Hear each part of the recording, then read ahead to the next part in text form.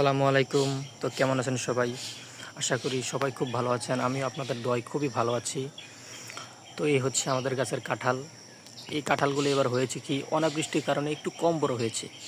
এই গাছের কাঁঠালগুলো মাশাআল্লাহ অনেক বড় বড় হয়। তো এবার একটু কম বড় হয়েছে, এর কারণ হচ্ছে অনাবৃষ্টি। মাঝখানে কিছুদিন বৃষ্টি হয় নাই, তো এই কারণে কাঁঠালগুলো কম বড় হয়েছে। এখন কিন্তু কাঁঠাল পাকার সময়, এখন পাকবে, এখন আর বড় হবে না। দেখেন অনাবৃষ্টির কারণে কাঁঠালগুলো ছোট ছোট হয়ে রয়েছে। গাছের কাঁঠালগুলো অনেক বড় বড় হয়। এবার আসসালামু আলাইকুম। তো কেমন আছেন সবাই? আশা করি সবাই খুব ভালো আছেন। আমিও আপনাদের দোয়ায় খুবই ভালো আছি। তো এই হচ্ছে আমাদের গাছের কাঁঠাল। এই কাঁঠালগুলো এবার হয়েছে কি অনাবৃষ্টির কারণে একটু কম বড় হয়েছে। এই গাছের কাঁঠালগুলো মাশাআল্লাহ অনেক বড় বড় হয়। তো এবার একটু কম বড় হয়েছে, এর কারণ হচ্ছে অনাবৃষ্টি। মাঝখানে কিছুদিন বৃষ্টি হয় নাই, তো এই কারণে কাঁঠালগুলো কম বড় হয়েছে। এখন কিন্তু কাঁঠাল পাকার সময়, এখন পাকবে, এখন আর বড় হবে না। দেখেন অনাবৃষ্টির কারণে কাঁঠালগুলো ছোট ছোট হয়ে রয়েছে।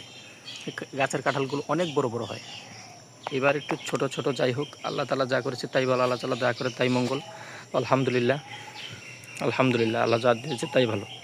ধন্যবাদ।